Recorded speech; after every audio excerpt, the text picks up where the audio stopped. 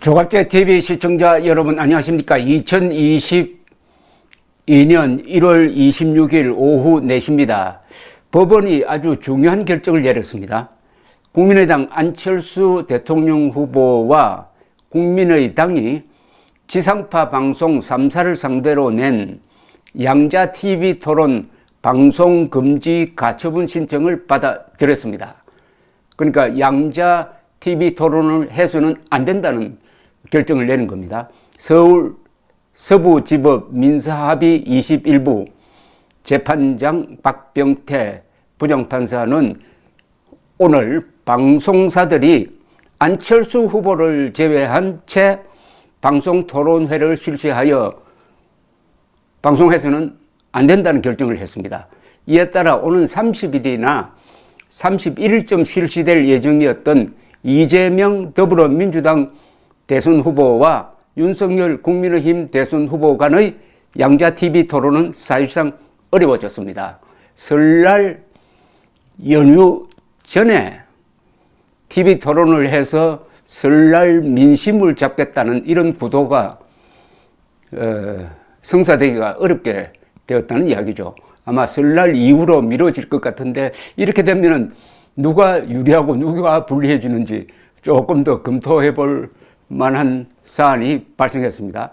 지난 24일 열린 가처분 신청 신문기일에서 안철수 후보 측은 선거 40일을 앞두고 설날 직전에 양자 토론이 이루어지면은 유력한 대통령 후보가 두 사람만 있는 것처럼 구도가 설정된다. 양대 정당이 선거 전에 유리한 위치를 점하기 위하여 요구한 것을 방송사가 그대로 받아들였다는 점에서 문제가 크다 라고 주장을 했고, 이에 대해 방송 3사 측은 양당의 요청으로 양자 토론을 개최하기로 했고, 언론기관 초청 토론인 양자 토론은 자율적으로 할 수 있다라고 반론을 했습니다. 재판부는 그러나 선거방송토론위원회가 주관하는 법정토론회와 달리 언론기관 주관 토론회는 형식과 참가자 선정 등에서 재량이 인정된다면서도 방송토론회가 후보자들에게 매우 효율적이고 중요한 선거운동이고 유권자들이 토론회를 보고 후보자들을 비교하여 올바른 선택을 하게 된다는 점에 비추어 볼 때 언론기관 주관 토론회에서의 재량에도 일정한 한계가 설정되어야 한다고 전제를 하고, 현행 공직선거법은 법정토론회 초청 대상자로 5인 이상 의원 소속 정당의 후보자, 직전 총선에서 전국 득표율 3% 이상을 기록한 정당의 후보자, 여론조사에서 평균 5% 이상의 지지율을 획득한 후보자 등을 토론 대상자로 규정을 하고 있습니다. 재판부는 이 점을 지적하면서 국민의당은 직전 총선에서 전국 득표율 6.79%를 기록했고, 안 후보가 여론조사에서 평균 13%의 지지율을 얻었기 때문에 국민의 관심 대상이 되는 후보자임이 명백하다. 따라서 재판부는 이렇게 결론을 냅니다. 방송 일자가 대통령 선거일로부터 불과 40일밖에 남지 않은 시점이고 우리나라 최대 명절인 설 연휴 기간인 점을 고려하면은 이번 선거의 양자 토론회가 대통령 선거에 미치는 영향은 지대할 것으로 예상된다.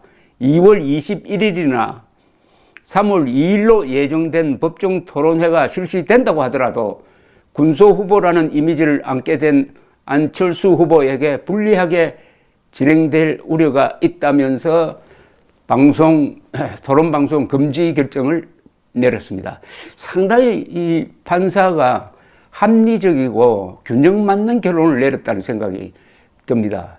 역시 법원이 대한민국의 민주주의를 지키는데 큰 역할을 할 수 있다는 그런 안도감이 생길 정도입니다.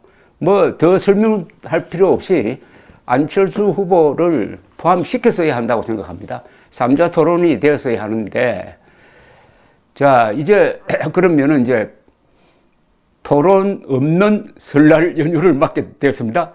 그럼 이게 누구한테 불리하느냐? 왜 이 설날 연휴가 중요한 것은 사람들이 왔다 갔다 하고 또 가족 단위로 모이니까 아무래도 이번에는 정치 이야기, 특히 대선 이야기로 꽃을 피울 게 덜미 없습니다. 그럼 어떤 화두를 던질 것이냐, 이게 고민입니다. 그럼 어떤 화두가 될까요? 이제 토론회가 있으면은 그 토론 결과를 보고 이러쿵 저러쿵 평을 할 텐데, 지금 시점에서 어떤 화두가 이 설날 가족 모임에서 아주 뜨거운 이슈가 될까요? 저는 최근에 있었던 두 가지 사안이 아닐까요? 첫 번째는 김건희 씨의 MBC 방송, 김건희 씨의 사적 대화를 몰래 녹음해가지고 공중파인 MBC가 지난 16일 방송한, 이게 가장 큰 화두가 되지 않을까요? 두 번째 화두는 최근 이재명 후보가 보여주고 있는 아주 돌출적인 행동과 언행이 아닐까요? 계속 사과를 합니다. 사과를 하고 눈물 흘리기도 하고, 이번 선거에서 지면은 없는 죄를 만들어서 나를 감옥에 보낼 것이다 하는 취지의 이야기도 했는데 그걸 또 뒤집어 버렸습니다. 뭐 이런 언행, 그러니까 김건희 씨의 언행과 이재명 후보의 언행이 핫한 이슈가 될 것이고, 두 번째 주제는 혹시 무속이 되지 않을까요? 무속. 이 무속인을 비판을 합니다. 주로 이재명 측에서. 그런다가 보니까 그럼 이재명 캠프는 무속인이 없느냐, 역술인이 없느냐, 이렇게 들이대니까 또 그쪽도 있어요. 더구나 이 설날은 어떤 날이냐 하면은 아무래도 모이면은 조상 이야기를 많이 하게 됩니다. 그 분위기가 또 민속 명절 아니겠습니까? 자연히 무속, 굿, 전보는 이야기, 뭐 도사 이야기 이렇게 나올 겁니다. 이런 분위기 속에서 누가 유리할까요? 현재로는 김건희 씨가 유리하다는 여론조사가 많습니다. 왜냐하면 김건희 씨의 육성 내용과 이재명 형수관의 대화 내용 둘 중에서 어느 쪽이 부정적인 영향을 미치느냐 하면은 이재명 쪽의 이야기가 부정적인 영향을 미친다는 게 나오고요. 그 다음에 김건희 씨와 이재명 씨 부인의 이 인기도라 그럴까요? 인기도 조사를 보면은 처져 있던 김건희 씨가 역전해가지고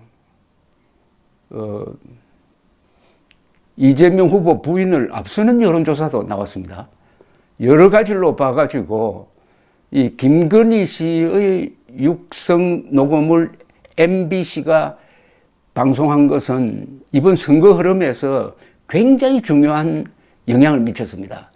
상승하던 남편 윤석열 지지율을 더 올리는 역할을 한 것으로 보입니다. 현재는 이게 그대로 이어져 가지고 이번 설날의 가장 큰 화두가 됐다. 요게 또 한 번 윤석열 지지율을 높일 수 있지 않을까 하는 생각도 듭니다.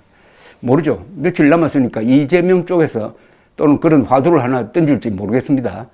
그래서 누구 중심으로 이야기가 오고 가느냐, 김건희, 윤석열 중심이냐, 아니면 이재명 중심이냐, 거기에 가장 화제로 많이 언급되는 사람이 유리해진다 이겁니다.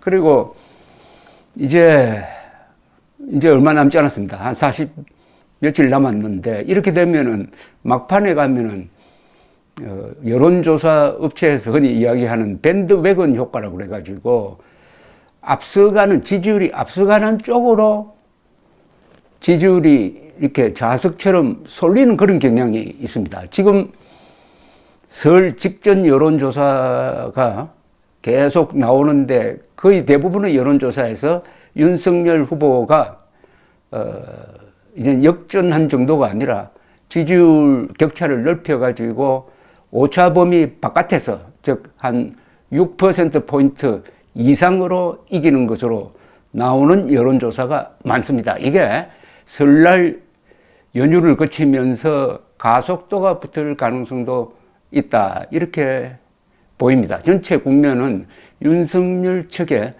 유리한데 이번 이 안철수 측에서 제기한 양자토론 가처분 신청이 인용됨으로써 안철수 쪽도 결코 불리하지 않을 것이라고 생각되는데 최근 안철수 후보 지지율이 좀 떨어지고 있습니다. 그리고 단일화되었을 때 경쟁력이 안철수 후보가 있는 것처럼 나오다가 요사이 지지율 조사를 보면은 다시 윤석열 후보가 역시 경쟁력이 있다. 이렇게 나오고 있습니다. 어쨌든 이번 설날 화두 궁금합니다. 감사합니다.